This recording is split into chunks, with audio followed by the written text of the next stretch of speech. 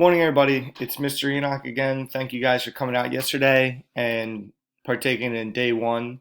If you didn't do day one, you can still always go back and do that material. I'm going to go over today day two's activities. So first thing you guys need to do is go to day two, Tuesday, March 31st, and if you could read the directions with me. So please complete the following tasks. The Schoology folder is set up so that you have to kind of do them in order. So first thing I need to do, guys, is read for 15 to 30 minutes, or longer if you'd like. But that'll allow you to do some of the activities that we're going to do with this. So you need to read and review the setting and background worksheet. I'm actually going to go over that with you in this video. And then I need you to post a discussion board. Doesn't need to be a certain length. Just gives me a sense of what you're reading, what the setting is, and the background. And then I need you to complete one and submit one of the following enrichment activities. And then finally, there's also a discussion board with an unrelated writing prompt that I'd like you guys to write on, and you guys can discuss with each other on that discussion board. So I'll go over these here now. So I'll start with the setting worksheet. So setting something that we've worked with before in class, worked with it for most of our activities, but we're going to take a second here and look what is setting. So in literature, the setting is the surroundings and the time in which the events of a story take place. The setting can include information about any of the following things: the era or period, the date and time of the day, the geographical location, weather and natural surroundings, the immediate surroundings of the character, or even the social conditions that surround the character. So if we think about like the era or period, if we look back all the way at the Demon Lover, that was taking place during a particular historical time period, the Battle of Britain during World War II, when they were bombing London, and we took a look at a video that went over that. The date and time could be specific. So if you think back to the death of Socrates, that nonfiction piece we read, we actually went through Socrates' last day on Earth, and that had a specific date and time. Could have social conditions. So if you think all the way back to Speak last year, in Speak, Merlinda was dealing with the social conditions of high school. So that could be a part of the setting as well. So let's look now at how the author sets the scene. So an author sets the scene or creates a setting by describing the things you, the reader, might experience if you were there. So what you see, hear, feel, sometimes even what you smell or taste. And if you remember back to a lot of the memoir pieces we wrote, that was something we tried to focus on, is how do you get the reader to see, feel, hear what you want them to in the setting. And authors may also describe what's happening in the world beyond the present moment in the story. So where we are in time and what big events have just brought us to this moment. If you think back, that's kind of like the flashback. So when we read that first story, The Bet, we had the lawyer who was thinking back on that bet he had made all those years ago. Or I'm sorry, the banker. So the setting answers the following three questions. Where does the story take place? When does the story take place? And what are the conditions like in this time and place? Now finally, I'm going to take a look at two examples to show you that settings can be very different depending on how the text portrays them. So these are both bedtime settings. And I don't know about you, but one of them sounds a little bit better than the other. So the first comes from the story Peter Pan by J.M. Barrie. So on the night we speak of, the children were once more in bed. It happened to be Nana's first evening off, and Mrs. Darling had bathed them and sung them till one by one they had let their hand go and slid away into the land of sleep. All were looking so safe and cozy that she smiled at her fears now and sat down tranquilly by the fire to sew. Oh, doesn't that sound nice? So if you look at that one, the bedtime is very relaxing. You know, even some of the words that get used, slid away into the land of sleep.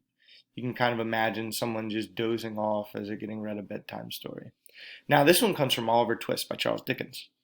For the combination of both of these blessings, in one simple process of picking oakum, Oliver bowed low by the directions of the beadle, and was hurried away to a large ward, where, on a rough, hard bed, he sobbed himself to sleep. So if we look at that setting, even the last line, where a rough, hard bed he sobbed himself to sleep, sounds a lot differently than slid away into the land of sleep. Even the sentence sounds a little bit harder, sounds a little bit more intense, and does not sound like a great bedtime story.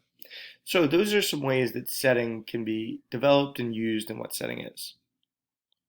So ladies and gentlemen, just kind of wrap up here. After you get done reading for 15 to 20 minutes, 15 to 30 minutes. Please fill out this mini reflection. Just tell me what the setting of the piece you read was. Now, I know some of you are reading nonfiction articles, so the setting might be a little bit more difficult to explain, but do your best.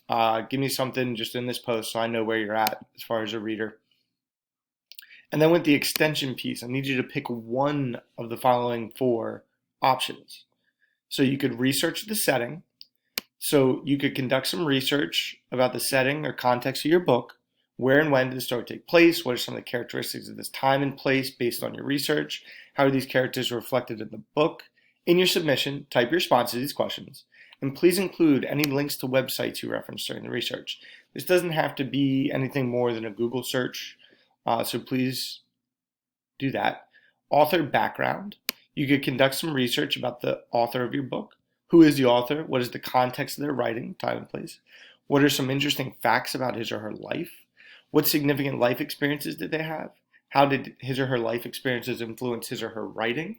Also in your submission, include at least 2 paragraphs. When I say paragraphs, just 2 sections explaining relevant info about the author. Includes links to any websites you referenced during your research. Research the genre, that's option 3. So you can look into some research about the genre of your book. What is the genre? What are some characteristics of the genre? Which of these have you identified in your reading so far? So in your submission, include any answers to these questions. Also include any links that you use in your research. And then finally, if you did one of the nonfiction articles, what I'd like you to do is please research 2 new articles that relate to the article that you just found and explain how these articles connect to the ideas in the original article you read. So ladies and gentlemen, that's the setting piece so far. Now for the writing prompts, this is something a little bit different. This will be for you if you would like to have a discussion. So in many of your 6-word memoirs, you mentioned that you were bored and that free time, while seemed like a great thing, till it became a daily reality. And I understand that free time the past few weeks has had limitations because of things like social distancing and the closure of many public spaces, but still something good to consider. So what I'd like you to do is just conduct a writing prompt. So what is so difficult about free time? Can boredom be a good thing? Or what are some ways to embrace boredom? What are some ways to avoid it? How can we best make use of our unstructured time? What is the most positive thing you completed with your free time? And what's a struggle you've had? And feel free to post as much or as little as you'd like. Also, please feel free to respond to your classmates' ideas, ask each other questions, share experiences, and be constructive. Please remember that I am a teacher and I do have a responsibility to make sure discussions are respectful and constructive, just like they always are in class. With that in mind, I want this to be a place you guys can take the lead, have a discussion. I'm going to be here. I'll probably add some thoughts, questions as you guys go, but please feel free to ask me any questions through Schoology methods that you have. Ladies and gentlemen, have a good day. I'm excited to see what you guys produce for today. And otherwise, I'll talk to you guys later.